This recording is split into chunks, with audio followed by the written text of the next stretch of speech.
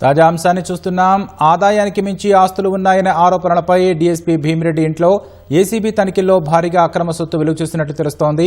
భారీగా నగదు, బంగారు, వెండి ఆభరణాలు, విలాసవంతమైన విల్లాలు, వ్యవసాయ, వాణిజ్య భూములు ఉన్నట్లు గుర్తించారు. ఇక మరిన్ని వివరాలు మా ప్రతినిధి రమేష్ అడిగి తెలుసుకుందాం. రమేష్, చెప్పండి, తనిఖీల్లో ఇప్పటివరకు ఏం ఆస్తులు గుర్తించారు, వివరాలేంటి?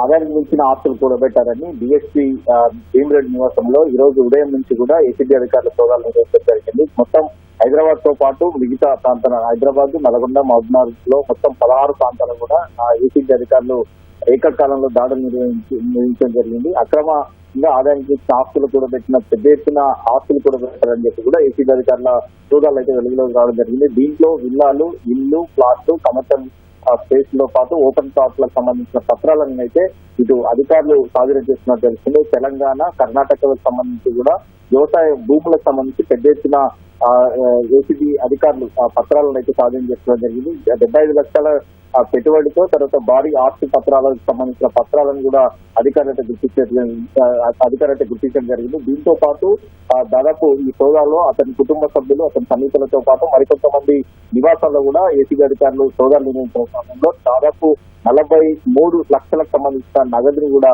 అధికారులు స్వాధీనం చేసుకోవడం జరిగింది. తర్వాత 2 కిలోల బంగారు ఆభరణాలతో పాటు 20 కిలోల వెండి ఆభరణాలను కూడా అధికారులు సోదాలను గుర్తించడం జరిగింది. బ్యాంకు ఖాతాలకు సంబంధించి మొత్తం 19,91,000 రూపాయలను నగదు నిల్వలు ఉన్నట్టు కూడా అధికారులు అయితే గుర్తించారు.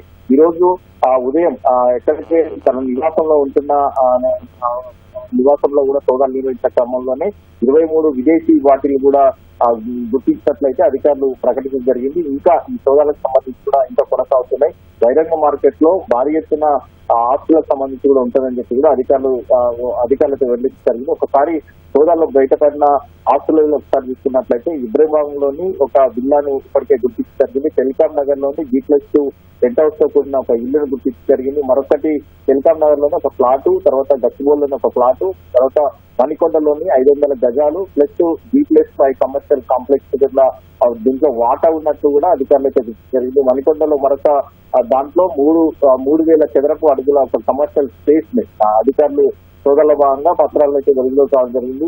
అదేవిధంగా చెల్లాపూర్కు సంబంధించి కూడా 2 ఫ్లాట్లు, ప్రగతి ఇస్టార్ట్ సమీపంలో కూడా ఒక 500 గజాల ఫ్లాట్ కూడా ఉన్నట్లయితే అధికారులు గుర్తించడం జరిగింది. దీనికి సంబంధించి ఒక్కొక్క చిట్ట అధికారులు ఇంకా తీసుకున్నారు. దానికి సంబంధించి ఆస్తుల వివరాలు, పత్రాలకు సంబంధించిన స్వాధీనం చేసుకోవడంలో భాగంగా ఇవన్నీ ఇంకా కొన్ని మాత్రం ఇప్పుడు అధికారులు అయితే తీసుకోవడం జరిగింది. సోదాలు ఇంకా కొనసాగే అవకాశం ఉంది. సోదాల్లో భాగంగా మరికొన్ని విషయాలైతే ఇప్పటికే అధికారులు అయితే గుర్తించినట్టు ప్రాథమిక సమాచారం ప్రకారం అయితే వివరాలు అయితే వెల్లడించడం జరిగింది. ప్రస్తుతం భీమిరెడ్డిని అయితే ఏసీబీ అధికారులు అరెస్ట్ చేసి ప్రస్తుతం అయితే దర్యాప్తు అయితే చేయడం జరిగింది.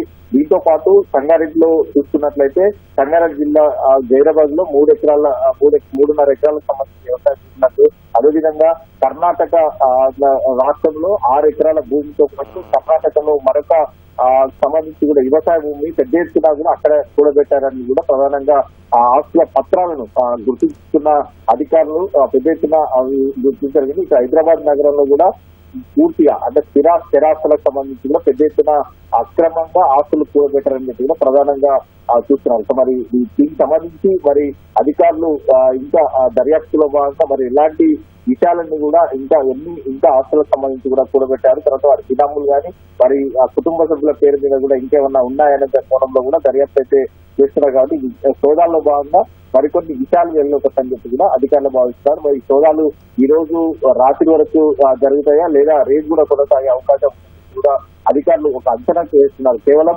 కొన్ని చోట్ల మాత్రం ముగించినప్పటికీ ఇంకా కొన్ని చోట్ల సోదాలు ఇంకా కొనసాగుతున్నాయి. ఈ రాత్రి వరకు కూడా సోదాలు చేసినప్పటికీ ఆ పత్రాలు సాధన చేస్తున్న తర్వాత వాటి విలువను కూడా లెక్కించడం కొంత సమయం పడుతుంది. కాబట్టి పూర్తి స్థాయిలో ఎంతవరకు జరిగాయి, ఎంత మేరకు ఈ ఆస్తులను కూడబెట్టారని కూడా ఒక క్లారిటీ కావాలంటే కొంత సమయం కావాలని చెప్పి కూడా అధికారులు అయితే ప్రస్తుతం అయితే ఒక ప్రకటన ద్వారా అయితే వెల్లడించిన పరిస్థితి అయితే ఉంది. ధన్యవాదాలు రమేష్.